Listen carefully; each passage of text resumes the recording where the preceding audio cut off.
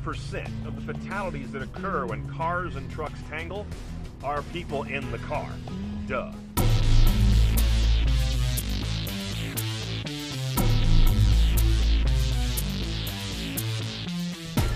And one of the nastiest kinds of those accidents is the rear underride, when you slam into the back of one of those big semi-trailers.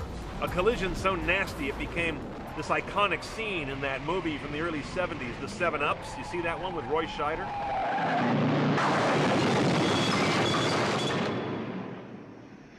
That scene doesn't leave your memory very quickly. You don't want to get into one of those. Luckily, if you do happen to rear end a semi these days, there's almost certainly going to be this big bar that hangs down on two uprights. You've seen these? They're the underride guard. And that'll keep your car largely from submarining underneath the vehicle. But if you hit one dead on from the rear, odds are pretty good your car's front crumple zone is going to engage it, and that's going to largely protect you inside your vehicle. The federal government requires that the backs of semi-truck trailers have underride guards to prevent vehicles from sliding underneath them in the event of a crash. Plus, those guards vary widely in strength. There's not a really good high standard across the industry. Some trailer makers build them real tough, others don't, and they collapse far too easily. The weakest underride guard in our test series was on a Hyundai trailer. When this Malibu struck the Hyundai in the rear in a center impact at 35 miles per hour, the guard was simply pushed out of the way. The attachment bolts broke. The damage to the Malibu was so severe that real people in this crash probably would have died.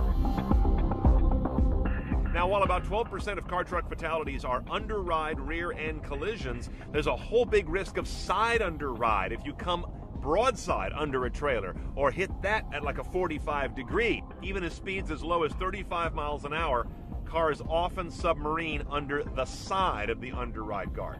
And that's much rarer to see the kind of guards that prevent that. They're much more common in Europe. Now, things have been getting a lot better on those underride guards. First of all, they used to be required to be, I think, 60 inches wide. Now I believe they have to be at least 94 inches wide, up to, I think, 110 inches. So there's a lot more width there to find the sweet spot. And while many of the trailer manufacturers are doing a better job of voluntarily making them stronger, there's been a petitioning of the federal government by the insurance industry to adopt the tougher Canadian standard that dates back to 2007. But again, it's not mandatory in the U.S. And some big trucks don't have an underride guard at all because of the mechanical complexity of it. Look at a dump truck, for example. Because the bed has to tilt, the underride guard would get in the way and clip the ground or the wheels. Similar for some of those big dump trailer semis you see. So here's what the smarter driver does. You allow more space as you're about to make a lane change out from behind a semi. Because the problem is, as you're turning to look for a clear lane, what if that truck slows down a lot? Suddenly you're starting your lane change, he's stopping down, and you take a glancing blow on that underride guard. It's the one you don't want to have.